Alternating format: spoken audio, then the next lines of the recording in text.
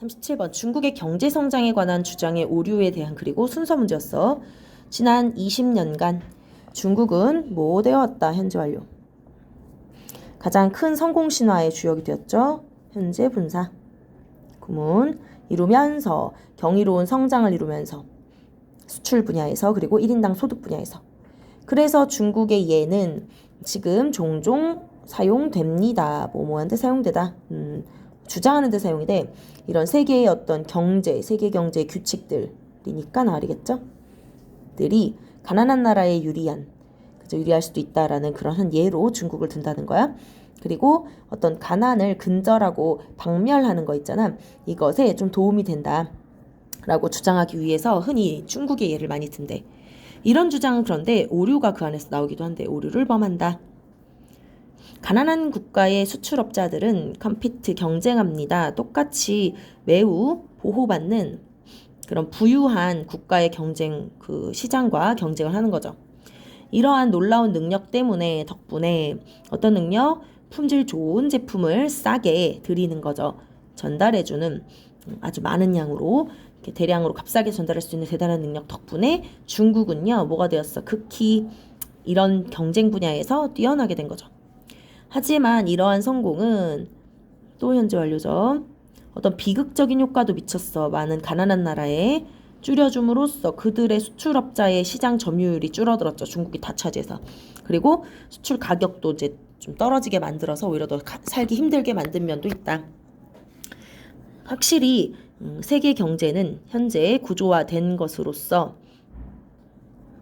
세계 경제는 어떤 승패의 합계가 일정한 제로섬 게임. 그래서 그것이 아니고 바로 어떤 사람의 이득이 다른 사람의 손실이 되어야 한다. 그죠? 그래서 누군가 이득을 얻으면 또 다른 선수는 손해를 봐야만 한다는 합계가 일정한 그런 게임은 아닙니다.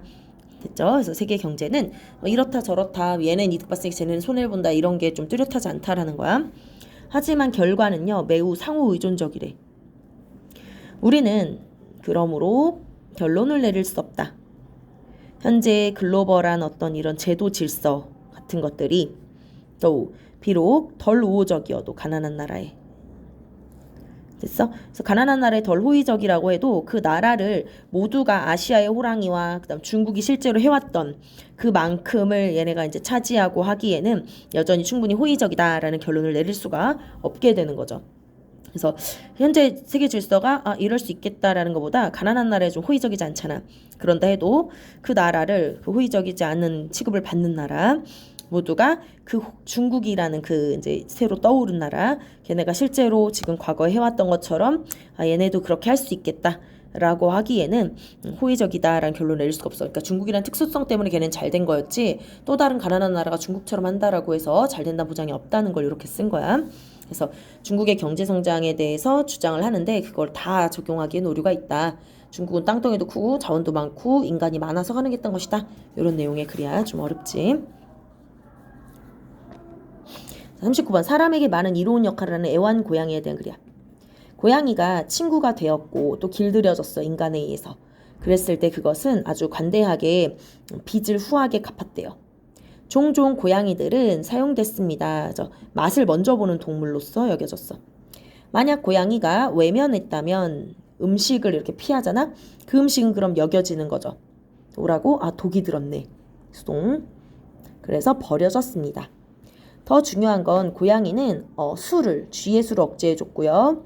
그런데 이건 not only 굶주림을 야기했을 뿐만 아니라 그들의 어떤 식량의 파괴에 의해서 배고픔이겠죠. 기근을 일으켰을 뿐만 아니라 그 다음에 아주 잘 suspected는 무슨 뜻이냐 여기서는 일으킨다라는 얘기야.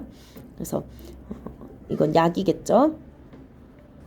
그래서 이제 고양이가 수를 억제했는데 그 쥐는 어떤 역할을 했어? 작물을 파괴해서 배고픔을 일으켰고 의학 초기 단계에 있긴 했지만 그게 이제 패스트 뭐 이런 거 있잖아. 질병과 전염병을 일으킨다라는 그런 혐의를 받아왔다가 이거야. 서스펙트.